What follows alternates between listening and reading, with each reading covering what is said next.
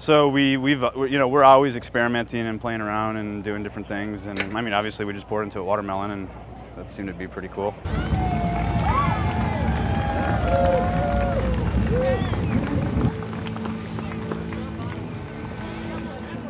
My name is Joe Sandor. I am a sculptor from Chicago, Illinois.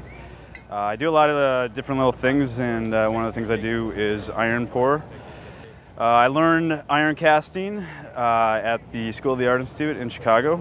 There's a pretty rich tradition there. I've traveled down to Sloss Furnaces. Every other year they do a national conference of cast iron art. And it's just a bunch of metalheads that get together, bring furnaces, and they have some really big, crazy furnaces down there. So this is, I mean, really what we have here is like just kind of a tiny little thing, but it's fun, it's efficient, it works.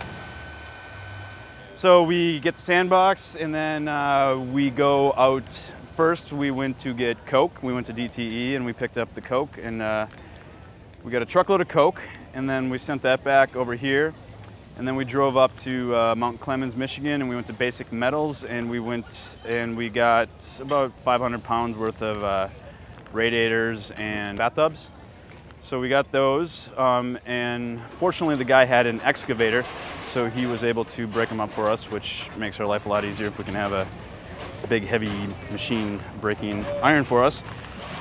And then, so we bring it back here, unload it, and then in Chicago at the Chicago Crucible, we're set up so that we can make sand molds. It's a white, really fine grade sand, so that it can hold a lot of detail.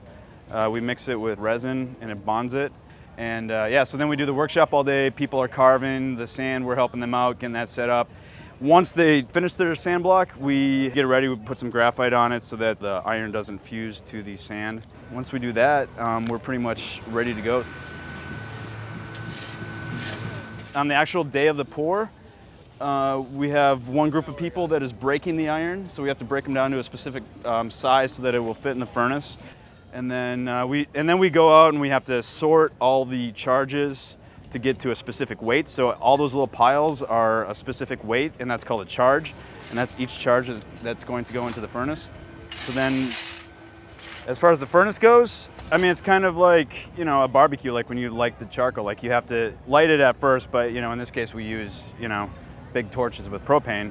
That takes like, you know, anywhere from a half hour to 45 minutes to get that lit. Once it's lit, and once they start putting iron in, then it just takes a little bit, and then eventually molten metal comes out. And once we have a full pot of metal, we start pouring the molds. And once we pour the molds, that's pretty much it. That is that's the pour. And